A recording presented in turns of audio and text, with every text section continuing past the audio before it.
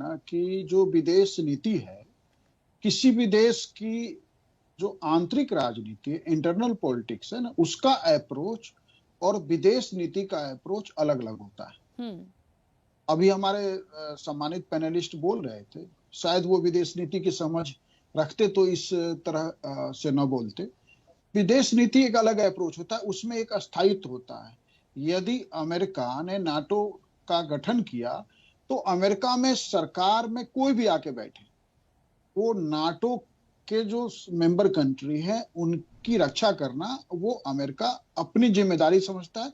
विदेश नीति बहुत लंबे काल में विकसित होती है और बहुत लंबे समय तक उसको जो है कहिए कि सरकारें बदलती रहती है, वो कैरी फॉरवर्ड होता रहता है। अब चाइना के साथ अभी हम थोड़े समय डोकलाम में, लद्दाख में, जगह जगह हम उसके साथ स्टैंड ऑफ में चले जाते हैं। चाइना अभी ऑपरेशन सिंदूर के दौरान जो है, जो उसने पाकिस्तान के साथ खुला समर्थन तो नहीं लेकिन ऑलमोस्ट खुला समर्थन था। उसके अलावा चाइना रिलायबल कंट्री नहीं है। और एक बात और विदेश नीति में समझने का है कि जो दुनिया में देखे दो है, ग्लोबल साउथ है, ग्लोबल नॉर्थ है। ग्लोबल साउथ का लीडर यदि भारत को होना है तो भारत ग्लोबल साउथ का लीडर तभी हो सकता है जब एक भारत मजबूत देश हो, जब भारत के ऊपर ग्लोबल साउथ के देश हम पे भरोसा कर सके, और वो भरोसा चीन के साथ खड़े होने से नहीं होगा। इसलिए विदेश नीति बहुत ही एकदम डिफरेंट सब्जेक्ट है और उसमें चाइना के साथ हम जो गलबहिया की बात की जा रही है ना, वो मतलब कि ठीक है कि अभी कैलाश मानसरोवर की यात्रा में जिस तरह से चीन ने हमारे कहिए समर्थन किया या हमारे लिए जो है रास्ते ओपन किए, तो हमने 5 साल के गैप के बाद में चाइना के टूरिस्ट के लिए वीजा के दरवाजे खोल दे। इस सिर्फ एक आधार पे ये कह लेना कि हम अमेरिका की जगह चीन के साथ बेहतर संबंध बना लेंगे, या हम रूस के नजदीक, या रूस, चीन और भारत मिलकर एक कोई ऐसा गठजोड़ बना देगा, देखिए नहीं संभव है। यदि भारत को आर्थिक रूप से आगे जाना है तो अमेरिका के साथ जो ट्रेड डील लगभग फाइनल स्टेज में है ना, हम इस तरह की बातचीत से या इस तरह के प्रोग्राम्स को, यदि अंतर्राष्ट्रीय इंपैक्ट इस तरह के प्रोग्राम्स के जाएं तो अमेरिका के साथ जो बातचीत चल रही है ना, जो लगभग अंतिम दौर में है, वो भी खटाई में पड़ जाएगा। अभी हमारे देश के लिए अमेरिका के साथ ट्रेड डील अनिवार्य ही है और करना ही होगा। ट्रंप जितना बोले, जितने बार बोले हों, भारतीय हित के लिए भारत के प्रधानमंत्री, भारत की व्यवस्था में बैठे लोग बेहतर जानते हैं कि वो अमेरिका के साथ डील साइन करना ही होगा और कोई रास्ता नहीं है। चीन के साथ आप कोई भी डील कर लें, अमेरिका के साथ यदि आप कोई डील करते हैं तो वो 10 को अमेरिका निभाएगा, चीन नहीं निभा सकता, क्योंकि उसकी राजनीति इसके लिए परमिट नहीं करता। चीन को ताइवान चाहिए, हम चीन को तिब्बत में अपने हिसाब से, अभी देखिए अभी दलाई लामा के उत्तराधिकारी नियुक्त होने हैं। अभी चीन ने उस पे जो है, जब हमारे ओर से किरण रिजिजू ने स्टेटमेंट दिया तो चीन की ओर से तीखी प्रतिक्रिया आई है। अभी दलाई लामा के अपॉइंटमेंट के समय भारत चीन में तनाव होगा। तिब्बत इशू पे हमने चीन का हिस्सा तिब्बत को मान लिया है, लेकिन चीन भी अच्छे से जानता है कि भारत मन से तिब्बत को चीन का हिस्सा स्वीकार नहीं कर सकता और हम करना भी नहीं चाहिए। तिब्बत जो है एक ऑलमोस्ट सॉवरेन कंट्री था, और यदि तिब्बत का संबंध, नजदीकी संबंध, राजनयिक संबंध या डिप्लोमेटिक या सांस्कृतिक संबंध है तो वो भारत के साथ बेहतर है, धर्म के कारण, संस्कृति के कारण। तो हमारे और चीन के बीच में इतने सारे मुद्दे हैं।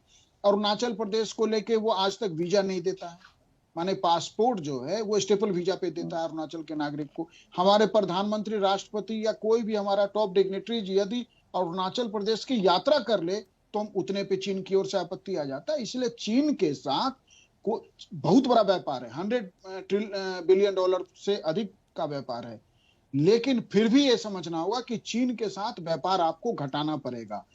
यदि भारत को ग्लोबल साउथ का लीडर बनना है तो हमें ग्लोबल साउथ के देशों के साथ संबंध मजबूत करना होगा, ग्लोबल साउथ के देशों का भरोसा जीतना पड़ेगा।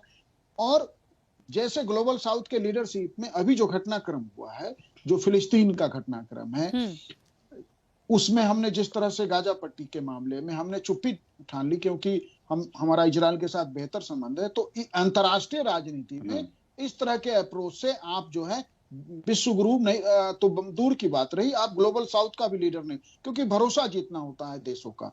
अमेरिका यदि ग्लोबल नॉर्थ का लीडर है तो पता है कि अमेरिका यदि किसी के साथ है तो खुल के बोलता है।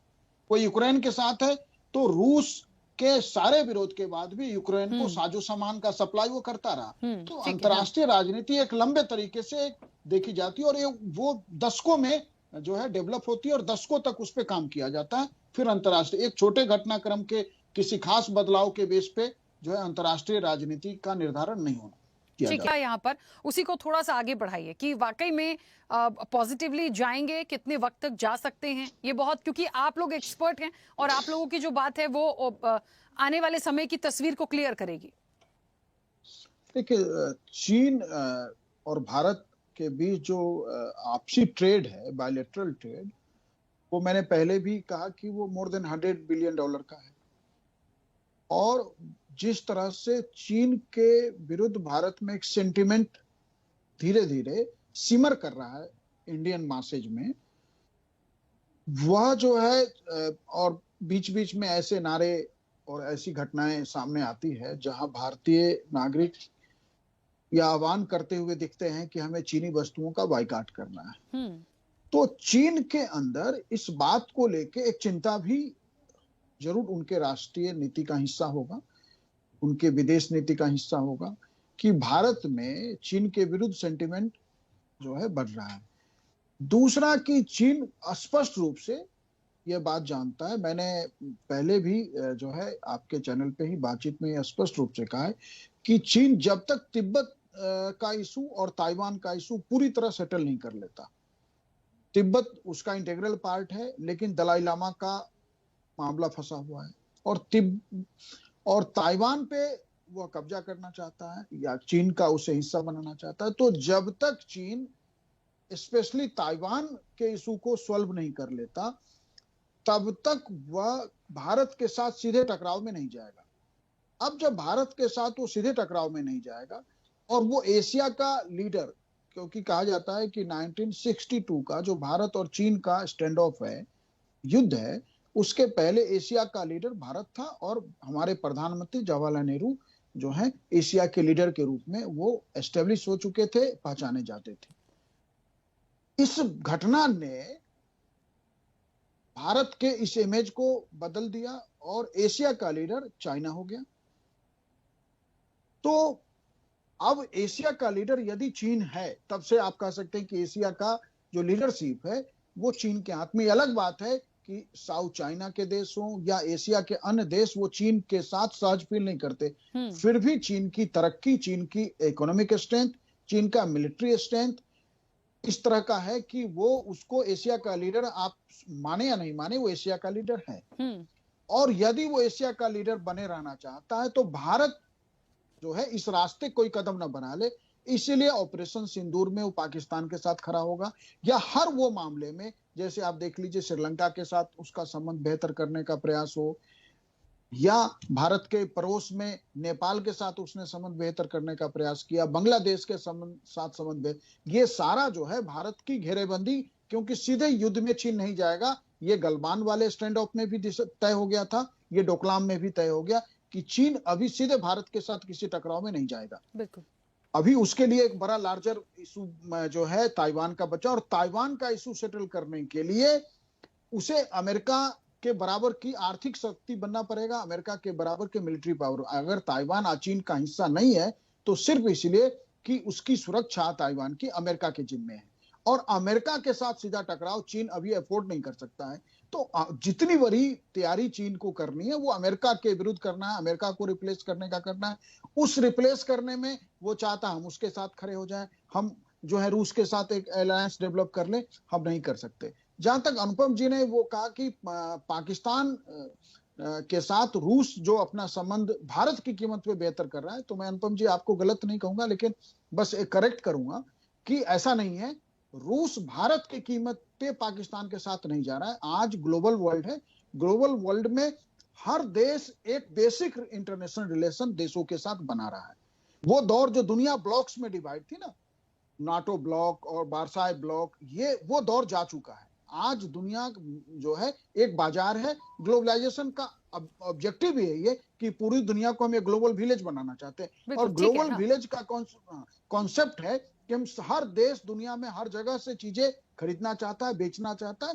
रूस जो है कभी भी, अभी मैंने अगले कुछ दशक तक तो ये संभव नहीं है कि रूस जो है भारत के प्राइस पर जो है पाकिस्तान के नजदीक जाएगा। बिल्कुल जी ठीक है। राखी जी। नवीन जी, नवीन जी, बहुत सारी जी देखिए बातें आ जी गई हैं।